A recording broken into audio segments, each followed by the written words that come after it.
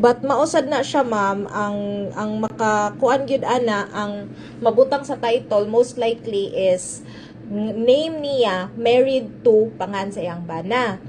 Nya as to sa any other document nga pwede mapa-execute ngadto sa iyang estranged husband, pwede ra kung mo okay ang katong estranged husband niya, pwede ra mo execute siya og waiver of rights pohon, or pwede ra with claim baron, with claim deed or deed of waiver of rights as to that property, kay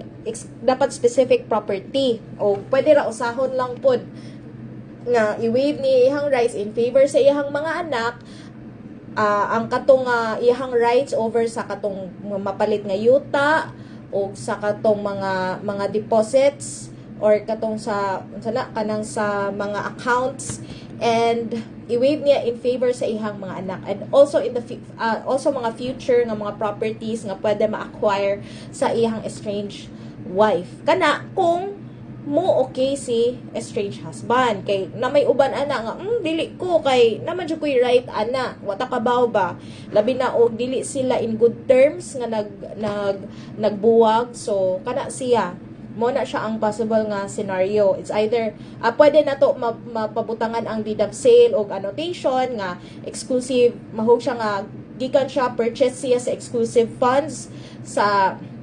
katong buyer sa imong tita, and i-register na sa iyaha, but most likely sa RD ana mabutang gyud gihapon na ang pangan sa iyang estranged husband as kanang proof lang nga married siya, married imuhang tita nya mo ni iyang civil status, and married siya ngadto sa iyang husband. So lahi man gud na siya kung for example sila yung duha ang nipalit gid ba as co-owners, kay ang ibutang man ana sa title is spouses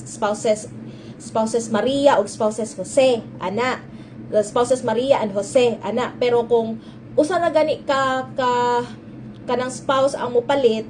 niya para mapakita lang nga married siya, so Maria married to Jose ang ibutang sa title, but naa jud gihapoy chance nga kung gustuhon gyud sa iyahang estranged husband nga mo